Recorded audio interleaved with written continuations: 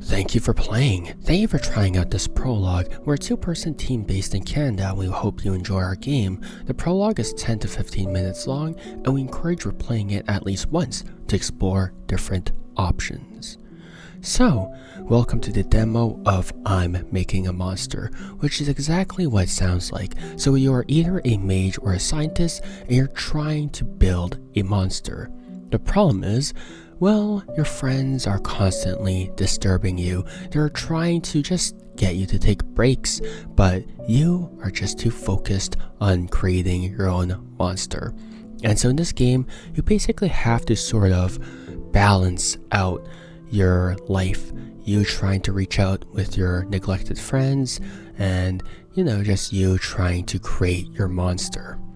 So before we get started, let's take a look at the content warnings, which is off-screen death, mentioned self-neglect, and using distractions to run from issues. Another thing that I want to point out before we get started is just the art. Well, I love this watercolor style art. Watercolor is always one of my sort of favorite styles and all that stuff. And so the whole game, actually, I'll talk about it at the end. But yeah, without further ado, grab a cup of coffee and let's get going with the demo or the prologue of I'm Making a Monster. Okay, so we have our our character. I will be Ramen of Cold. Ramen Cold goes for a walk. I will be he, him, his. Preview. Ramen Cold goes for a walk. They like walks in the park. That should not be okay. So they didn't fix that. It should not be they. Assuming. Oh, I see. So we have to check multiple things. Interesting. Okay, change pronoun every time. Ramen Cold goes for a walk. He likes walks in the park. He doesn't want anyone to talk to him. His hair gets wet from the rain.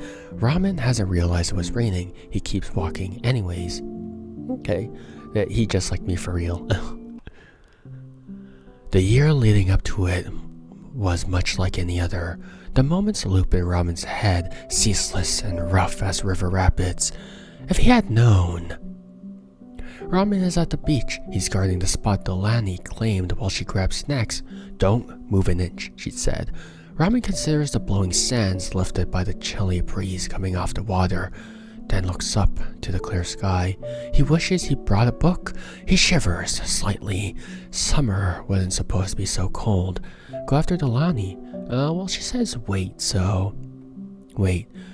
Ramen lies back and closes his eyes. Why not let himself be pampered for once? Could they have shared more time together? Oh, does Delaney die? Because that is off-screen death, right? Ramen reclines against the park bench. Delaney left to use the bathroom, and Ramen's been conjuring small flames above his fingers to pass the time and keep the autumn chill at bay. The bench is hard and its seat awkwardly angled. Ramen shifts uncomfortably. He notices some movement in the corner of his eye and turns to see a sausage vendor. A sign proclaims the sale of homemade apple cider. Man, I don't actually drink apple cider, so Ramen doesn't really like. Okay, I feel personally attacked.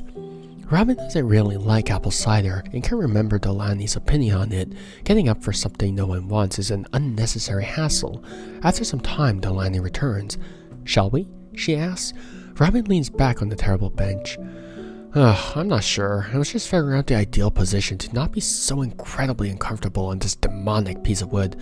Delaney smiles. I'll leave you to it then. Or? She asks. Or you could help me exorcise a demon. We could trap and study them. You've got my attention. What do you need for an exorcism? Exorcism time. Sort of. The two begin an intense but leisurely walk and talk, speculating on demons, exorcisms, and summoning circles. I don't think we need to give up just because there aren't any recorded sightings of demons, or any proof of their existence, Delaney laughs. All the more glory for us once we catch this one. Many plans are formed, but alas, nothing comes of them. The sun begins to set and goodbyes are made. We'll get them next time, Delaney promises. Could he have stopped it? It's New Year's Eve and Ramen is at Abella's. He's chatting with Max about their new job. Corey comes by with champagne flutes. I don't know what Delaney's doing in the kitchen, but she said to disturb her at your peril. Max laughs and takes a proffered glass. We'll need to take a look then.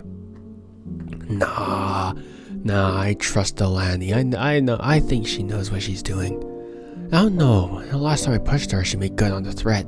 What happened? Max asks, wide-eyed. Robin looks away sheepishly. Well, I don't want to talk about it.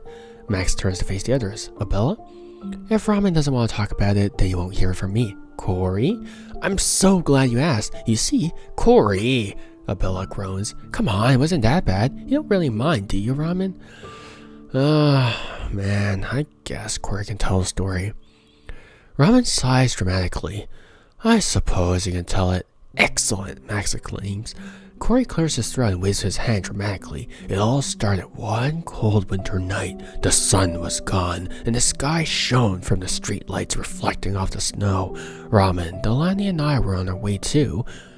Maybe we could just get the short version, Abella asks. Corey shoots her a glare. Ugh, you're no fun, but I suppose a bard must abide by their audience's desires. This happened the year you were abroad, Max. It was Abella's birthday, so we took her out to this nice restaurant. Delaney went off to craft a surprise gift and asked not to be disturbed. Ramen went to check on her, blundered in, and tipped over Delaney's potion.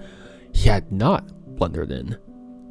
Oh, come on, I didn't blunder in. She sat up right next to the door, Ramen protests. Regardless, the cauldron was tipped, continues Corey. The whole of the employee bathroom where Delaney had been working was stained chartreuse. The restaurant was not pleased, never mind Delaney. In the end, Abella got her gift a week late, and Ramen was stuck destaining that bathroom for almost a month. A grin breaks over Max's face. That's great, I can't believe you never told me about this. Well, now you know. Ramen sighs good-naturedly.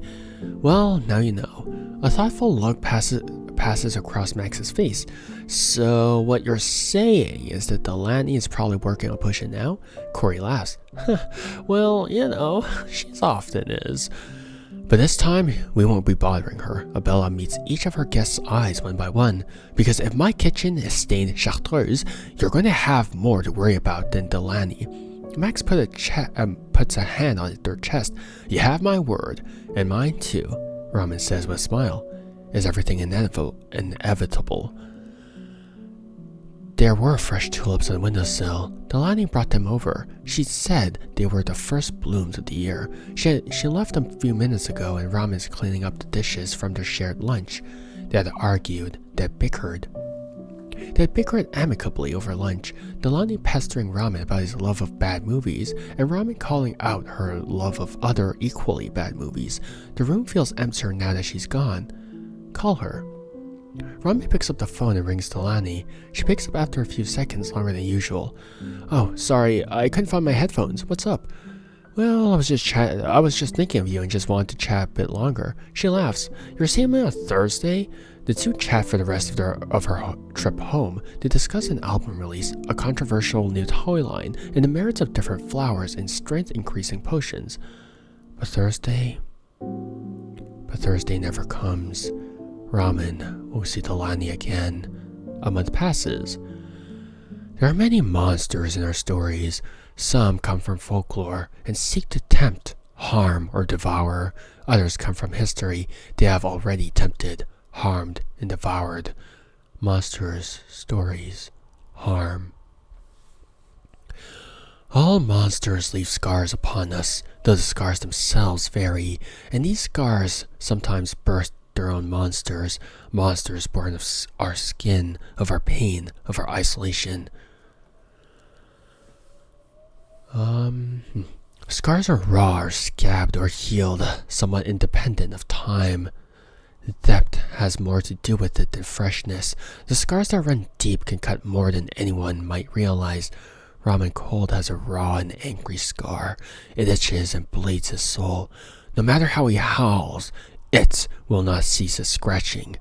Then, one day, Ramen has been shut in his room for a month. He has not eaten a proper meal in more than a week. He has only drunk water under extreme duress. Today, Ramen opens the door to his room of his own volition, a rare occurrence his friends will be equally excited and nervous about, and stumbles from its dark depths with a dehydrated wobble to his step.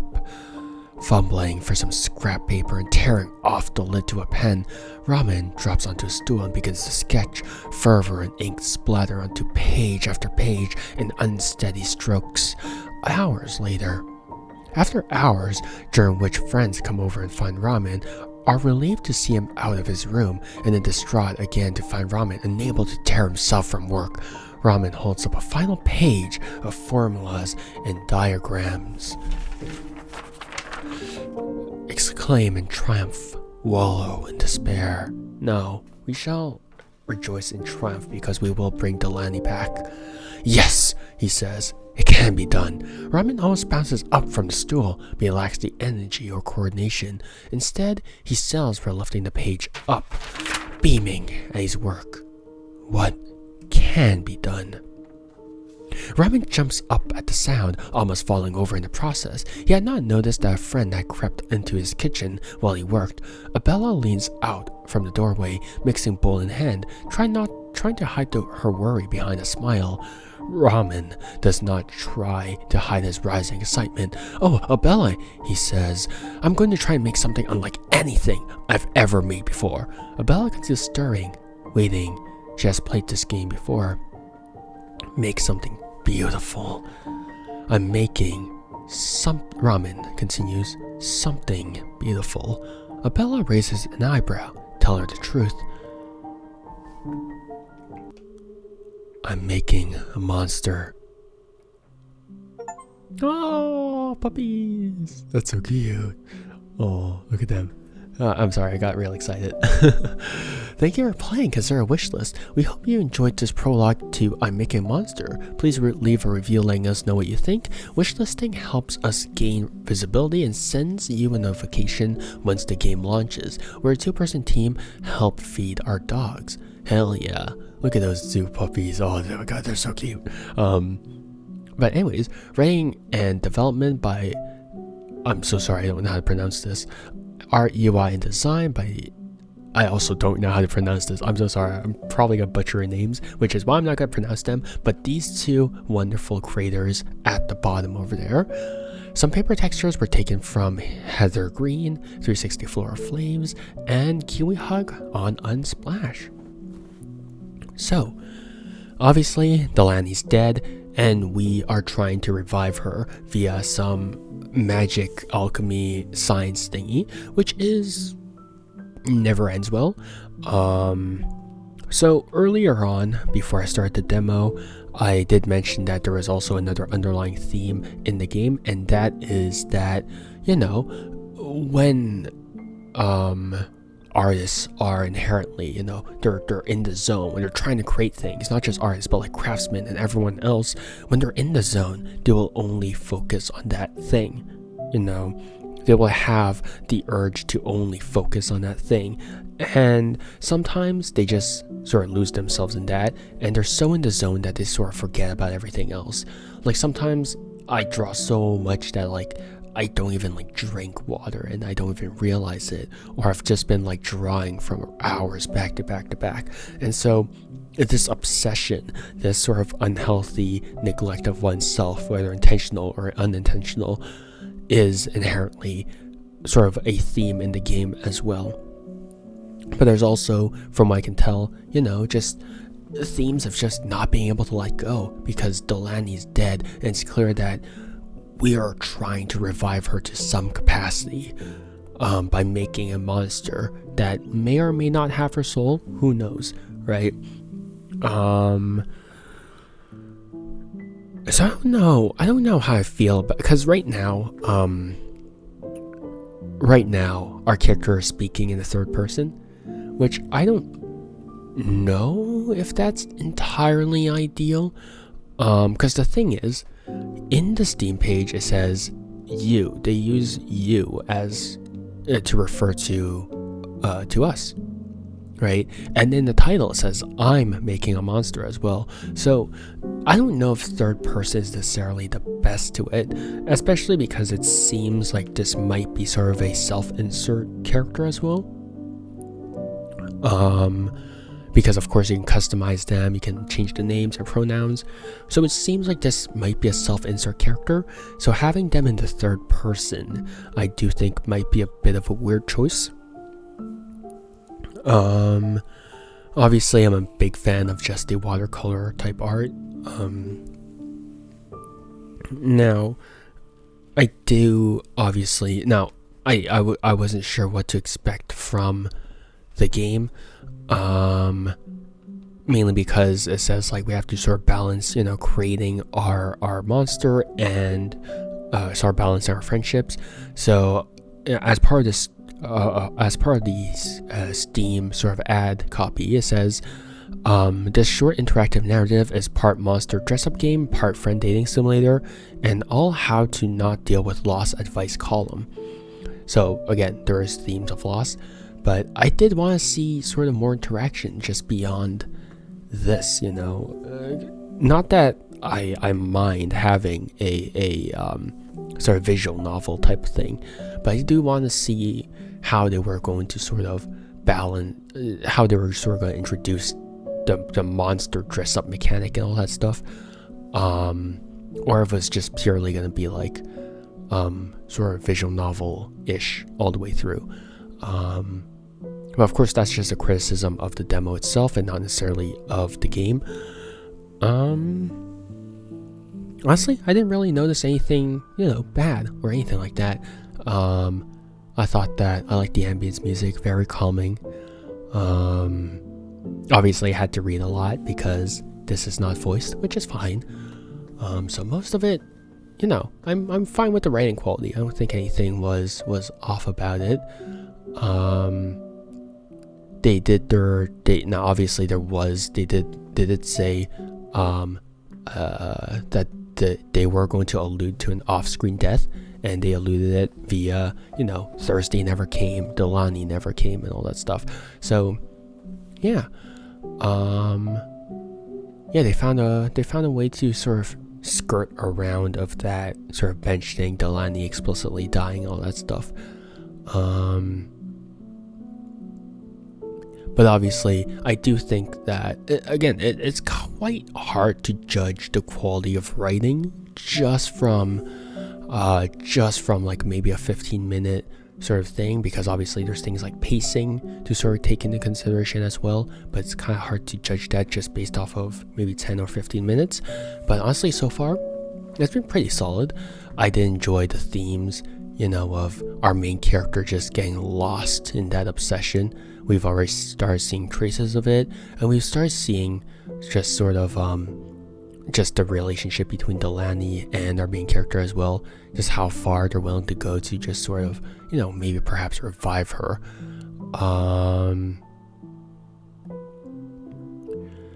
Yeah, I don't know if near the end, I don't know if that was like a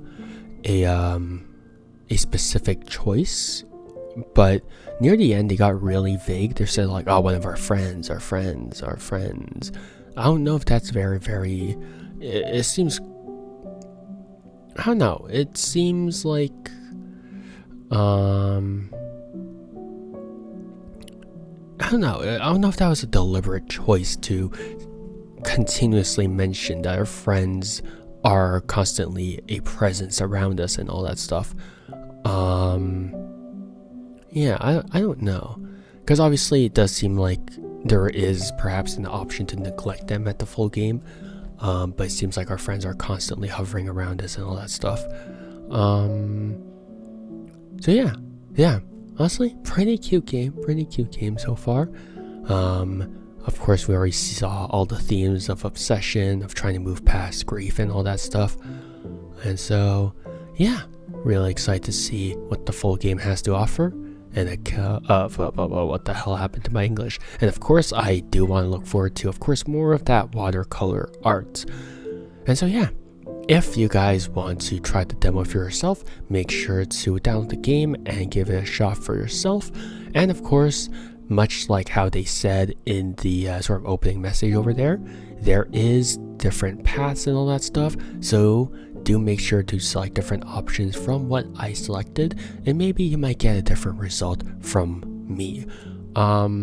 And of course, that is why I'm actually not replaying it, because I want you guys to try this game out for yourself and try to get different paths. And so, yeah, please also consider, oof, my English is really suffering. Please also consider just wishlisting the game, because I'm sure it helps with the devs a lot. And so, yeah, hope you guys have a good morning, afternoon, or evening, depending on when and where you guys are. And see you guys next time. Bye-bye. See you, and take care. Bye.